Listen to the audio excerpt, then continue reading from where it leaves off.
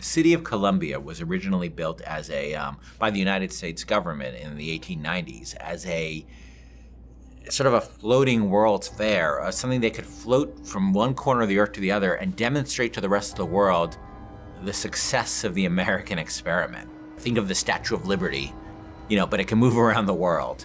And what happened was there was a power struggle within Columbia.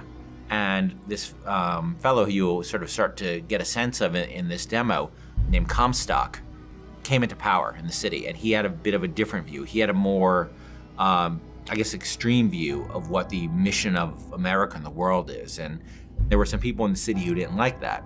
And that group was the Vox Populi.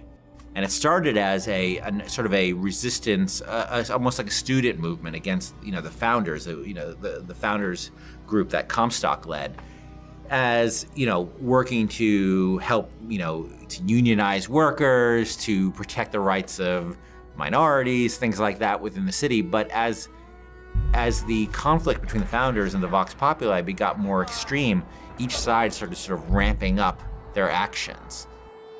And by the time you get to Columbia and you'll see the Vox Populi in the demo, the conflict is pretty extreme, and both sides have a bit of an attitude of, well, as long as we win, nothing else matters. And you encounter the founders last time and sort of got a sense of the dark side of them.